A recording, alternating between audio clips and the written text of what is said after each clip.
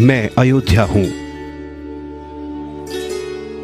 इस पावन भारत भूमि के कण कण में बसे श्री राम का अवतरण स्थल, आर्यावर्त का सर्वोच्च तीर्थ होने का गौरव है मुझमें।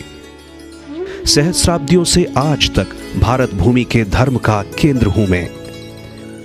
मेरे सर्वप्रिय पुत्र श्री राम के नन्हे चरणों की रज सुगंध है मुझमें। कल्पना जिसकी ना हो सके, राम राज्य का वो स्वर्णिम युग देखा है मैंने। परंतु कलयुग में बहुत कुछ बदला। धर्म बदले, आस्था बदली, लोग बदले। 5 सदी पहले कुछ मुट्ठी भर विधर्मियों ने मुझे नष्ट भ्रष्ट करने का प्रयास किया। सुदूर प्रांतों से आए कुछ आक्रांताओं ने मेरी पावन मृदा को रक्त रंजित कर दिया। आक्रांताओं ने मेरे सबसे प्रिय पुत्र श्री राम के भवन को खंडित किया तो मेरी आत्मा चीत्कार कर उठी। 500 साल युद्ध चला है। मेरे असंख्य पुत्रों ने इस धरती की आस्था के लिए बलिदान दिया।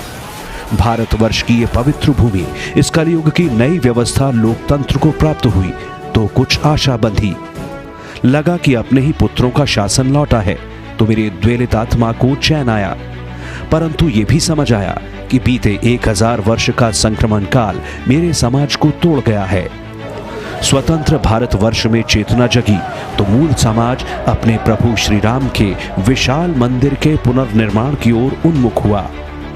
मेरे पुराने गौरव को लौटाने के लिए जो जन आंदोलन शुरू हुआ, उसमें राजनीति भी जुड़ गई। इसी के परिणाम स्वरूप स्वतंत्र भारत में अपने ही गौरव के लिए असंख्य राम भक्तों का बलिदान मेरे ही सीने पर हुआ। श्री राम के भक्तों पर अपने ही देश में गोलियां चलती मैंने देखी हैं। मेरे सीने पर बहती सरयू का लाल होता रंग भी मैंने देखा है। हजारों लाखों राम भक्तों पर अत्याचार मेरे सीने पर होते रहे हैं। पर 1992 की दिसंबर का सुख भी मेरे मन में है। सदियों से मेरे सीने पर गड़ा वो कलंक श्री राम के पुत्रों ने डहा दिया। समूचे विश्व में राम भक्तों में नई ज्वाला का संचार हुआ।